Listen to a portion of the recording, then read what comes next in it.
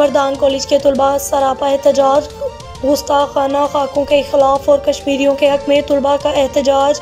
मुजाहिरीन ने कोली चौक को हर किस्म की ट्रैफिक के लिए बंद कर दिया। मुजाहिरीन का फ्रांस के खिलाफ और कश्मीर के हक में नारेबाजी। हुकूमत फ्रांस से अपना सफ़ीर वापस बुला ले, अक़वाम मुत्तहिदा में करारदाद जमा कराया जाए, फ्रांस के साथ हर किस्म ताल्लुकात ख़त्म किए जाएँ। कश्मीरियों पर जुल्म के पहाड़ ढाए गए हैं। मुजाहिरीन का मौक़िफ़, कश्मीर पाकिस्तान का शारग है, हम कश्मीरी भाई के साथ खड़े हैं।